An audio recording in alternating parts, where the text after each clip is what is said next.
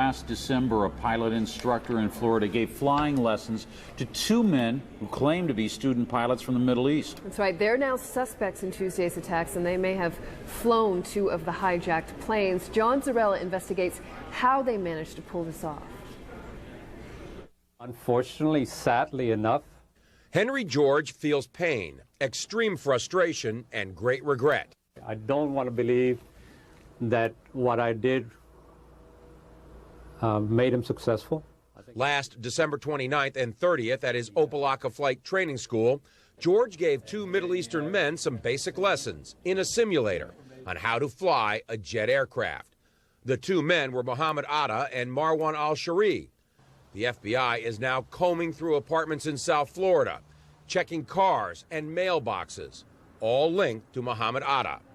Law enforcement sources say Atta is a suspect in the attack, perhaps a pilot of one of the doomed jets. He was listed on the manifest of American Airlines Flight 11 from Boston. Marwan Al Shahihi, according to German authorities, was also aboard one of the hijacked planes. The story Atta and Al Shahihi gave their flight instructor was this.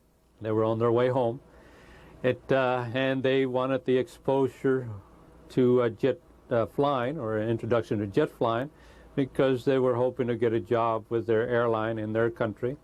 George says they mentioned Egypt a couple of times, but generally during the 2 days, they didn't have much to say. No small talk. They were low-key individuals, maybe even call them shy. There wasn't, they were not outspoken, opinionated type people. In all, George says he spent 8 hours with the two men. They reserved their lessons with a credit card but paid in cash, $1,500. George says he wishes something about them had been suspicious. He was using his own name.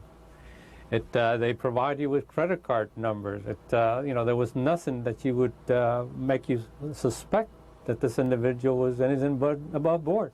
George says they were just a couple of student pilots, and there was nothing special about their abilities.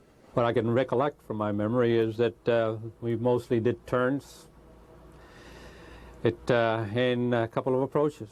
I don't think we did any more than that. What they didn't do, George says, was practice how to land. John Zarrella, CNN, Miami. Well, if there is U.S. military